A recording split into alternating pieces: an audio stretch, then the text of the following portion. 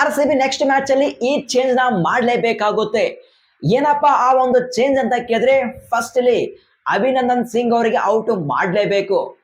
ಈಗ ಯಾವುದೇ ಒಬ್ಬ ಪ್ಲೇಯರ್ಗೆ ಎಷ್ಟು ಚಾನ್ಸ್ ಬೇಕೋ ಅಷ್ಟು ಚಾನ್ಸ್ ನ RCB ಮ್ಯಾನೇಜ್ಮೆಂಟ್ ಕೊಟ್ಟಿದ್ದಾರೆ. ಬರೋಬ್ಬರಿ 3 ಮ್ಯಾಚ್ ಅಲ್ಲಿ ಚಾನ್ಸ್ ಕೊಟ್ಟಿದ್ದಾರೆ. ಬಟ್ ಅಭಿನಂದನ್ ಸಿಂಗ್ ಅವರು ಈ 3 ಮ್ಯಾಚ್ ಅಲ್ಲಿ ವರ್ಸ್ಟ್ ಬೌಲಿಂಗ್ ಪರ್ಫಾರ್ಮೆನ್ಸ್ ನ ಕೊಟ್ಟಿದ್ದಾರೆ. ಈಗ ಆ ಒಂದು ಮಿನಿ ಆಕ್ಷನ್ ಅಲ್ಲಿ 5.2 ಕೋಟಿ ಕೊಟ್ಟು ಬೈ ಮಾಡಿರುವಂತಹ ಮಂಗೇಶ್ ಯಾದವ್ಗೆ ಚಾನ್ಸ್ ಕೊಡ್ಲೇಬೇಕು. ಯಾಕೆಂದ್ರೆ ಅಲ್ಲಿ ಯಶ್ ದಯಾಲ್ ಔಟ್ ಆಗಿದ್ದಾರೆ. ಅವರ ಪ್ಲೇಸ್ ಗೆ ಆಸ್ ಎ ಪರ್ಫೆಕ್ಟ್ ಆಗಿ ರಿಪ್ಲೇಸ್ಮೆಂಟ್ ಮಾಡುವಂತಹ ಪ್ಲೇಯರ್ ಅದು ಮಂಗೇಶ್ ಯಾದವ್. ಯಾಕಂದ್ರೆ ಲೆಫ್ಟ್ ಆರ್ಮ್ ಫಾಸ್ಟ್ ಮತ್ತು ಇವರು ಕೂಡ ಲೆಫ್ಟ್ ಆರ್ಮ್ ಫಾಸ್ಟ್. ಸೊ ಆ ಒಂದು ರೀಸನ್ ಮೇಲೆ ಮಂಗೇಶ್ ಯಾದವ್ ಬಂದ್ರೆ ಡೆಫಿನೆಟ್ ಆಗಿ ಒಂದು ಒಳ್ಳೆ ರಿಸಲ್ಟ್ ಸಿಗುವಂತ ಚಾನ್ಸ್ ಇರುತ್ತೆ.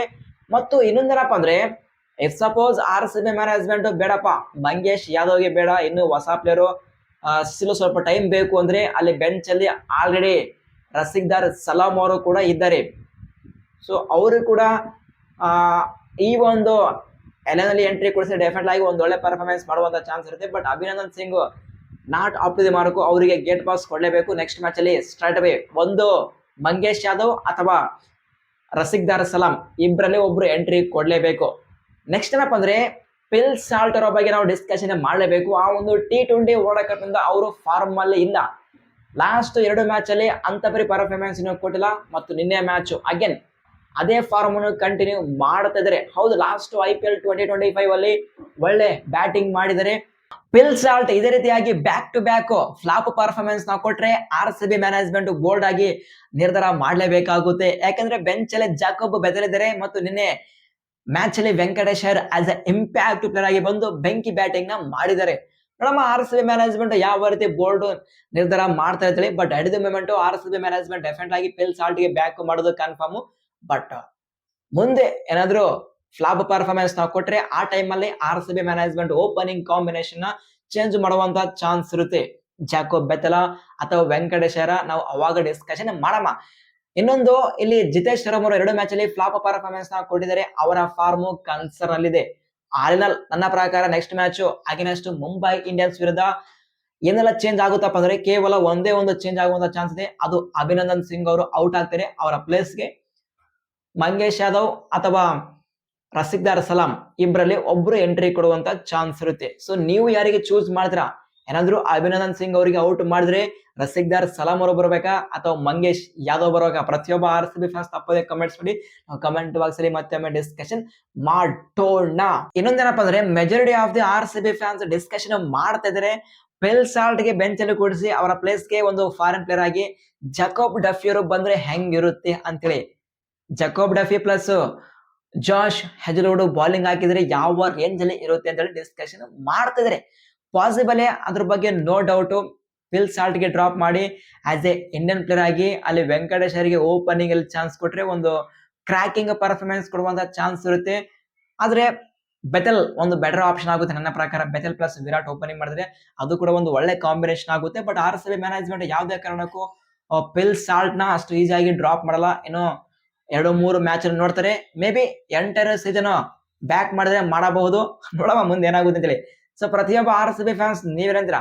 ಫಿಲ್ ಸಾಲ್ಟ್ ಗೆ ಡ್ರಾಪ್ ಮಾಡಿ ಅವರ ಪ್ಲೇಸ್ ಅಲ್ಲಿ ಜಾಕೋಬ್ ಬೆತಲ್ ಆಡಿಸ್ಬೇಕಾ ಅಥವಾ ಫಿಲ್ ಸಾಲ್ಟ್ ಗೆ ಡ್ರಾಪ್ ಮಾಡಿ ಅವರ ಪ್ಲೇಸ್ ಗೆ ವೆಂಕಟೇಶ್ ಅವರಿಗೆ ಚಾನ್ಸ್ ಕೊಟ್ಟು ಬಾಲಿಂಗ್ ಅಲ್ಲಿ ಜಾಕೋಬ್ ಡಫಿ ಅವರಿಗೆ ಚಾನ್ಸ್ ಕೊಡ್ಬೇಕಾ? ಪ್ರತಿಯೊಬ್ಬ RCB ಫ್ಯಾನ್ಸ್ ತಪ್ಪದೆ ಕಮೆಂಟ್ಸ್ ಮಾಡ್ಲೇಬೇಕು. ನೋಡಮ್ಮ ಹೆಂಗ ಕಮೆಂಟ್ಸ್ ಮಾಡ್ತೀರಾ ಅಂತೇಳಿ.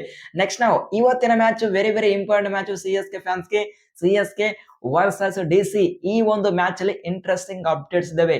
ಏನಪ್ಪಾ ಅಂದ್ರೆ ಫಸ್ಟ್ ಮ್ಯಾಚ್ ಡೆವಾಲ್ಡೋ ಬ್ರೇವಿಸ್ ಅವರು ಇವತ್ತು CSK ಟೀಮ್ ಅಲ್ಲಿ ಎಂಟ್ರಿ ಕೊಡ್ತಿದ್ದಾರೆ ಮತ್ತು ನಂಬರ್ 4 ಸ್ಲಾಟ್ ಅಲ್ಲಿ ಬ್ಯಾಟಿಂಗ್ ಮಾಡ್ತಿದ್ದಾರೆ DB ಅವರು.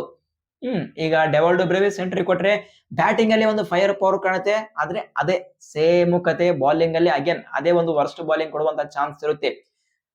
ನೆಕ್ಸ್ಟ್ MS ಧೋನಿ ಅವರ ಬಗ್ಗೆ ಒಂದು ಇಂಟ್ರೆಸ್ಟಿಂಗ್ ನ್ಯೂಸ್ ಏನಪ್ಪಾ ಅಂದ್ರೆ ಸೊ ನಾವು ಡಿಸ್ಕಷನ್ ಮಾಡಿದ್ವಿ ಮೇ ಬಿ ಇವತ್ತಿನ ಮ್ಯಾಚ್ ಅಲ್ಲಿ ಕಮ್ ಬ್ಯಾಕ್ ಮಾಡಬಹುದು ಅಥವಾ ಈ ಮ್ಯಾಚ್ ಬಿಟ್ರೆ KKR ಮ್ಯಾಚ್ ಅಲ್ಲಿ ಅವೈಲೇಬಲ್ ಇರಬಹುದು ಅಂತೇಳಿ. ಆದ್ರೆ ರೇವ್ ಸ್ಪೋರ್ಟ್ಸ್ ಅವರು ಒಂದು ಬಿಗ್ ಇನ್ಫಾರ್ಮೇಶನ್ ಕೊಟ್ಟಿದ್ದಾರೆ. MSD ಅವರು DC ಮ್ಯಾಚ್ ಆಡ್ತಾ ಇಲ್ಲ ಮತ್ತು KKR ಮ್ಯಾಚ್ ಕೂಡ ಆಡ್ತಾ ಇಲ್ಲ. ಅವರು ಸ್ಟ್ರೇಟ್ ಅವೇ ಆಡ್ತಾ ಇರೋದು SRH ಈ ಒಂದು ಮ್ಯಾಚ್ ನ ವಿರುದ್ಧ ಆಡ್ತಾ ಇದ್ದಾರೆ ಅಂತೇಳಿ ರೋಹಿತ್ ಜುಗ್ಲನ್ ಒಂದು ಬಿಗ್ ಅಪ್ಡೇಟ್ ನ ಕೊಟ್ಟಿದ್ದಾರೆ. ಆದ್ರೆ MS ಧೋನಿ ಅವರು ನೆಟ್ ನಲ್ಲಿ ಸಾಕಷ್ಟು ಬ್ಯಾಟಿಂಗ್ ಮಾಡ್ತಿದ್ರೆ ಫಿಟ್ ಇದ್ದಾರೆ.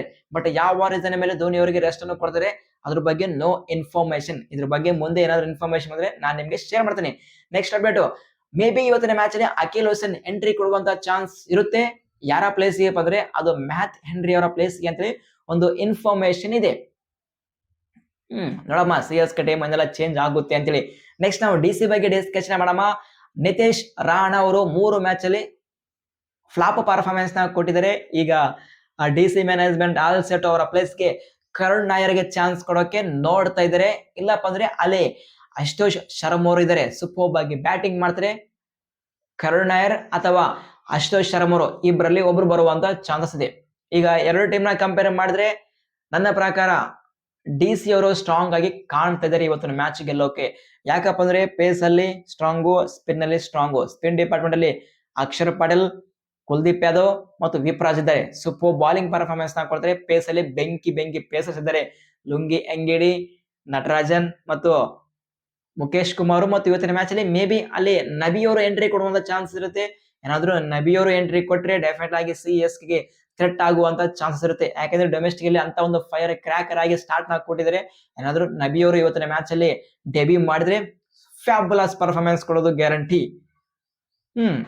ಪ್ರೊಡಿಕ್ಷನ್, ನನ್ನ ಪ್ರಕಾರ ಪ್ರೊಡಿಕ್ಷನ್ ಏನಪ್ಪ ಅಂದ್ರೆ ಇವತ್ತಿನ ಮ್ಯಾಚ್ ಯಾರು ಗೆಲ್ತಾರೆ, CSK ನ ಅಥವಾ DC ಅಂತ ಕೇಳಿದ್ರೆ ನನ್ನ ಪ್ರಕಾರ DC ಈ ಮ್ಯಾಚ್ ಗೆಲ್ಲುವಂತ ಚಾನ್ಸಸ್ ಇರುತ್ತೆ ಅಂತ ನನ್ನ ಪ್ರೊಡಿಕ್ಷನ್. ಸೊ ಪ್ರತಿಯೊಬ್ಬ IPL ಫ್ಯಾನ್ಸ್ ನಿಮ್ಮ ಪ್ರೊಡಿಕ್ಷನ್ ಏನು, CSK ಗೆಲ್ಲುತ್ತಾ ಅಥವಾ DC ಗೆಲ್ಲುತ್ತಾ? ಪ್ರತಿಯೊಬ್ಬ IPL ಫ್ಯಾನ್ಸ್ ತಪ್ಪದೆ ಕಮೆಂಟ್ಸ್ ಮಾಡ್ರಿ.